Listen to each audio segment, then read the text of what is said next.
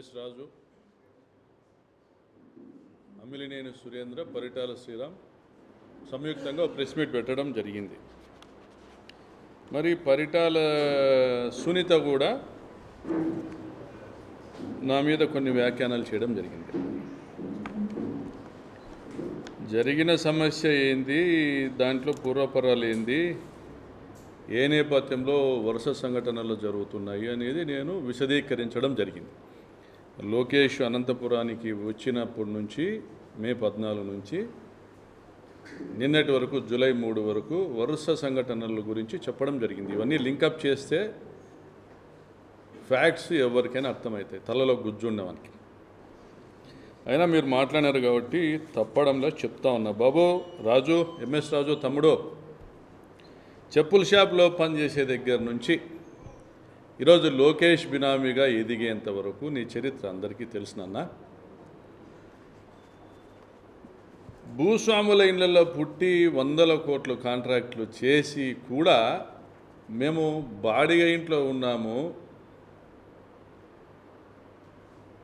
అంటే ఎవరు నమ్మడంలే తమ్ముడు. నువ్వైనా నమ్మినావు. రెంట్ కట్టడంలే అని పదే పదే చెప్తాను. థ్యాంక్స్ రా నాన్న, నువ్వన్నా నమ్మినావు తమ్ముడు. నాకు ఒకటి అర్థం కాలే, ఎమ్మెల్యే అయిన 3 నెలలకే 7 కోట్ల విల్ల ఎట్లా కొంటివిరా బాబు? 7 కోట్ల విల్ల ఎట్లా కొంటివి? సాక్షి ఆఫీస్ పక్కన నీ పార్టీ ఆఫీస్ ఏదైతే ఉందో అది కూడా కొన్నావంట కదా. బెంగళూరులో కూడా ఏదో ప్రాపర్టీ కొన్నావంట కదా బాబు రాజు. అమ్మ బాబాయ్, నీకు 4, నువ్వు హైబ్రిడ్ రాజు, మామూలు రాజు కదా. 4 పదవులు: TTD board member, state SCCL అధ్యక్షుడు, జిల్లా పార్టీ అధ్యక్షుడు, ఎమ్మెల్యే. గుండుమల తిప్పేస్వామికి గుండు కొట్టి నిన్ను కూర్చోపెట్టినాడు లోకేష్, ఎందుకంటే నువ్వు లోకేష్ బినామీవి కాబట్టి. ఇంకో మాట అన్నావు, లోకేష్ది టికెట్లు ఇచ్చేస్తాయి, మనందరిది యాచించేస్తాయని. కేర్ ఆఫ్ ప్లాట్ఫామ్ వాళ్ళు కాంట్రాక్టుల కోసం పరుపులు పరిసేవాళ్ళు టికెట్లు యాచించాల, చేతులు చాపాల. నాలంటోడు కాదు, జనంలోంచి పుట్టినాం, జనంతోనే బతుకుతా ఉన్నాం. మా జీవితకాలం జనం కోసమే వెచ్చిస్తూ ఉన్నాం. మా సంపాదన, మా కాలము మొత్తం జనం కోసమే వెచ్చిస్తూ ఉన్నాం. మా నియోజకవర్గంలో సందుకు పోయినా, ఎక్కడ పోయినా ప్రకాష్ రెడ్డి అంటే ఏందో చెప్తారు, మీ కార్యకర్తలే చెప్తారు. మా వాళ్ళు చెప్తే అది సెల్ఫ్ డబ్బా అనుకోవచ్చు. ఇంకా నువ్వేంట్రా నాన్న, ధర్మవరంలో ఉన్నావు, నీ పని ఏదో చేసుకుంటా అన్నావు, అగరొత్తుల గురించి మాట్లాడుతూ అన్నావు. చమన్ సాబ్ అనుకుంటివా అగరొత్తులు పెట్టేదానికి? చమన్ సాబ్ అనుకుంటివా అగరొత్తులు పెట్టేదానికి? అయినా నాకెందుకురా గన్మెన్లో బుల్లెట్లు ఎన్ని వాడారో గవర్నమెంట్కి లెక్కలు చెప్పాలా. నేను లెక్కలు చెప్పాల్సిన అవసరం లేదు. మరి నాకెందుకు గన్మెన్లో? మరి ఏమో సునీతమ్మకు పొద్దాక చచ్చిపోయిన మొగుడిని లేపుకొని ఏమో 7 ఏళ్ళ తరబడి రాజకీయం చేస్తుంది. సంవత్సరానికి ఒకసారి వర్ధంతి, ఒకసారి జయంతి. పరిటాల రవి పేరు చెప్పింది ఆ అమ్మ పూట గడవదు. ఎందుకంటే ఈ అమ్మ పరిస్థితి ఏందో తెలుసు పరిటాల రవి అభిమానులకి. అది కాదు సునీతమ్మ, నాకు అర్థం కాదు. నిన్న ఒకటి అడుగుతా, నీ మొగుడు నీ కల్లోకి రావాలా కానీ నాకెందుకు వస్తాడు కల్లోకి? మర్చిపోయినావా? కళ్ళకి కూడా రానంత మర్చిపోయినావా? నీ మొగుడు నీకు కదా కల్లోకి రావాలి, నాకెందుకు వస్తాడు? మరి ఇంకా ఏదో చెప్తున్నారు. నాకు తెలిసి సునీత మాట్లాడిందో శ్రీరామ్ మాట్లాడినాడో పిచ్చుకుక్కల గురించి అనుకుంటా. మున్సిపాలిటీ వాళ్ళు తిరుగుతూ అంటారు వ్యాన్లు వేసుకొని. పిచ్చుకుక్కలు కనపడితే దాన్ని కాల్చి చంపి బుడ్స్ అంటారు. బూడ్చిన ప్రతి ఒక్క పిచ్చి కుక్క కల్లోకి వస్తుందా? నీ కొడుకును, నీ కుక్క పిల్లను ధర్మవరంలో కట్టేసినావు, నీ ఇంట్లో కట్టేసుకో. మున్సిపాలిటీ వ్యాన్లు ధర్మవరంలో కూడా తిరుగుతున్నాయి. ఈ మధ్యకాలంలో. మరి సురేంద్ర బాబు, నీ చరిత్ర ఏంది నాయనా? ఎవరు నాయనా నువ్వు? యా ఊరు నీది? కేర్ ఆఫ్ ప్లాట్ఫామ్ గాడివి నువ్వు. రాచాన్పల్లిలో సిమెంట్ బ్రిక్స్ ప్లాట్ఫామ్ వేసుకున్నావు. ఆ నుంచి ఈరోజు 1000 కోట్ల ఆస్తి పరువు నీ కాటికి ఎదిగినావు. మరి ఎవరి బినామీవి? 100 కోట్ల ఆస్తులు, 1000 కోట్ల బ్యాంకు బ్యాలెన్స్లు యాడ్ నుండి వచ్చారు. నువ్వు కూడా మాట్లాడుతున్నావు, నువ్వు కూడా చెప్తా ఉన్నావు, నాకు 100 కోట్ల ఆస్తులు ఉన్నాయి, 1000 కోట్ల ఆస్తులు ఉన్నాయి, నేను నెలకు 10 కోట్ల జీతాలు ఇస్తాను, నియోజకవర్గంలో ఏ ఆదాయమో నాకు వద్దు అని మీ కార్యకర్తలందరికీ చెప్పి ఎలక్షన్ చేయించుకున్నావు. బ్రాందీ షాపులు దాదాపుగా 376 బెల్ట్ షాపులు పెట్టుకున్నావు. పరిటాల శ్రీరామ్ మాదిరి నువ్వు కూడా ఒక క్వార్టర్కి 50 రూపాయలు ఎంఆర్పి మీద అదనంగా వసూలు చేస్తున్నావు. 100 కోట్లు కొల్లగొడుతున్నావు. నువ్వు అదే చెప్పినావు, శ్రీరాము అదే చెప్పినాడు. బ్రాందీ షాప్లో వచ్చే ఆదాయాలు కనీసం 1000 మంది కార్యకర్తలకు ఒక్కొక్కరికి 10 లక్షల రూపాయలు చొప్పున పంపిణీ చేస్తాము అని. ఎంతమందికి ఇచ్చినావు బాబు? సురేంద్ర బాబు, నువ్వు ఎంతమందికి ఇచ్చినావు నాయన? శ్రీరామ్ బాబు, ఎవరికి ఇచ్చినారు? ఎదురు చూస్తున్నారు మీ కార్యకర్తలు. మీరేమో బలుస్తానే ఉన్నారు. ఇవి కాదని ఇక మన బీటీపీ ప్రాజెక్టు పూర్తి కాలే. మా రంగయ్య ఏమో మాధవ్ని వేసుకొని, ఆ మహాలక్ష్మిని వేసుకొని ఈ NH 544D ఈ హైవే తీసుకొచ్చా. గడ్కరీ దగ్గర తిరిగి పనులు నువ్వే చేసుకుంటివి. అనంతపురంలో నీలం సంజయ్ రెడ్డి ఫ్లైఓవర్ నుంచి పంగల్ రోడ్డు వరకు వర్క్ తెచ్చా, నువ్వే చేసుకుంటివి. సోమలదొడ్డి నుంచి కలెక్టర్ ఆఫీస్ వరకు వైడనింగ్ వర్క్ తీసుకొచ్చిరి మా ఎంపీలు, నువ్వే చేసుకుంటివి. వాళ్ళు తెచ్చిన పనుల మీద నువ్వు సంపాదించి మళ్ళీ అదే రంగయ్య మీద ఖర్చు పెట్టి 100 కోట్లు ఖర్చు పెట్టి గెలిస్తావు. మరి ఇవన్నీ సాలలే. 2014లో మీ ప్రభుత్వం వస్తానే హంద్రీనివా కాంట్రాక్టులు ఆ రోజు దాదాపుగా 90 కోట్ల పనులు చేజెక్కించుకొని 200 కోట్ల బిల్లులు చేసుకుంటేవి. నువ్వేదో సీత మాదిరి మాట్లాడుతున్నావు.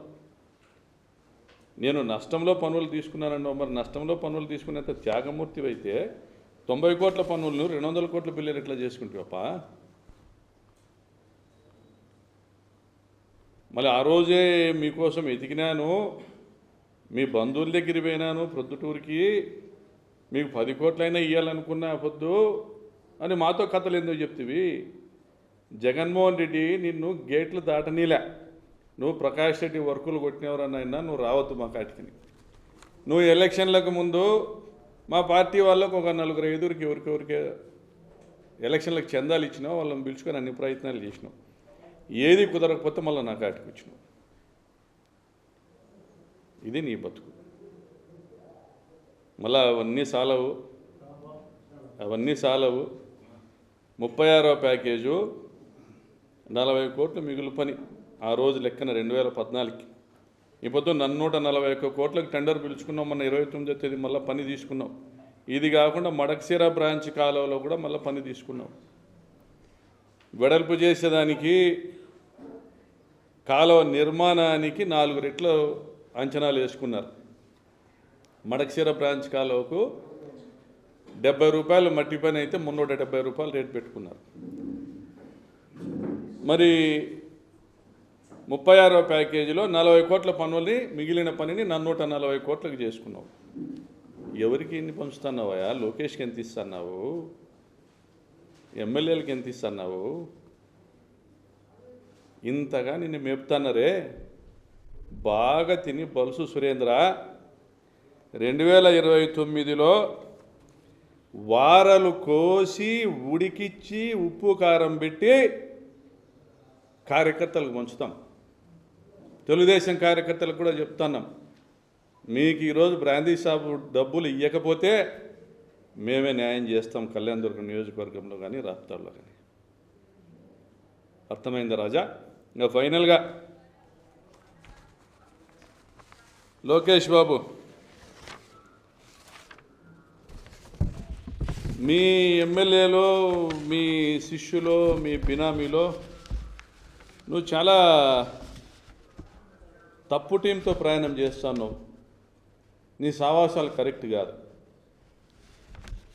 మీ నాయన కాలంలో మీ వాళ్ళు 100 కూనీలు చేసినారు మా నియోజకవర్గంలో. పెనుగొండ, ధర్మవరము, రాప్తాడు నియోజకవర్గాల్లో ఈరోజు ఉన్నటువంటి నియోజకవర్గాల్లో ఆ రోజు 100 కూనీలు చేసినారు. మీ నాయన ముఖ్యమంత్రిగా ఉండగా కేసులు విచారణలు జరిగినాయి, తీర్పులు వచ్చినాయి, ఏ ఒక్క కూనీకి కూడా శిక్ష పడలే. కాబట్టి ఆ క్రెడిట్ అంతా మీ నాయనది. ఆ క్రెడిటు, ఆ పాపము అదంతా మీ నాయనకే సంబంధం. ఇప్పుడు నీ రాజ్యాంగం నడుస్తుంది, నీ రెడ్ బుక్ రాజ్యాంగం నువ్వు అమలు చేస్తున్నావు. నువ్వు వచ్చినాక మా నియోజకవర్గంలో 3 కూనీలైనాయి, గ్యాంగ్ రేప్ జరిగింది, కబ్జాలు జరుగుతున్నాయి, దోపిడీలు, దౌర్జన్యాలు జరుగుతున్నాయి. ఈ క్రెడిట్ అంతా నీది. నువ్వు ఇచ్చిన ధైర్యం కాకపోతే తగరకుంట కొండారెడ్డి కేసులో బాధితుల ఇళ్ళకి ముద్దాయిలు పోయి బెదిరిస్తారా? బెదిరించి మాకు అనుకూలంగా సాక్ష్యం చెప్పండి అని బెదిరిస్తారా? అంత ధైర్యం ఎక్కడి నుంచి వచ్చిందయ్యా నా కొడుకులకి? నువ్వు ఇచ్చింది కాదా? ఆలోచన చేసుకో. నీకు ఇచ్చిన అధికారం ఎవరికి ఉపయోగిస్తున్నావు? ఎవరికి ఉపయోగిస్తున్నావు బాబు లోకేషా?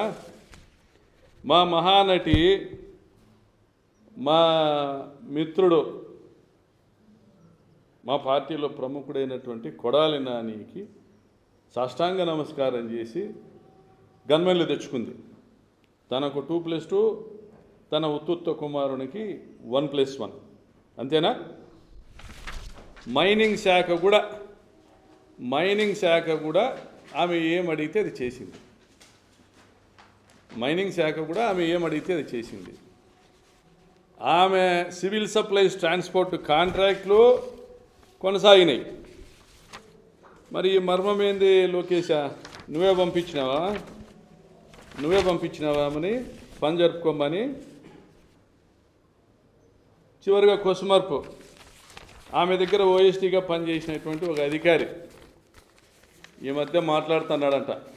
మా పార్టీలోకి మీ సీనియర్ నాయకుడు ఒక ఆయన వచ్చినాడు. ఆయన మొన్న మా బాస్తో చెప్తాండా, అన్నా సునీతం అంటాందంట, ఆ ఓఎస్టీ సోన్సో రెడ్డి చెప్పినాడు, ఇప్పుడు ఎలక్షన్ పెడితే కూడా 150 సీట్లు జగన్ గెలుస్తాడు అని అంటాందంటనా అని చెప్తున్నాడు.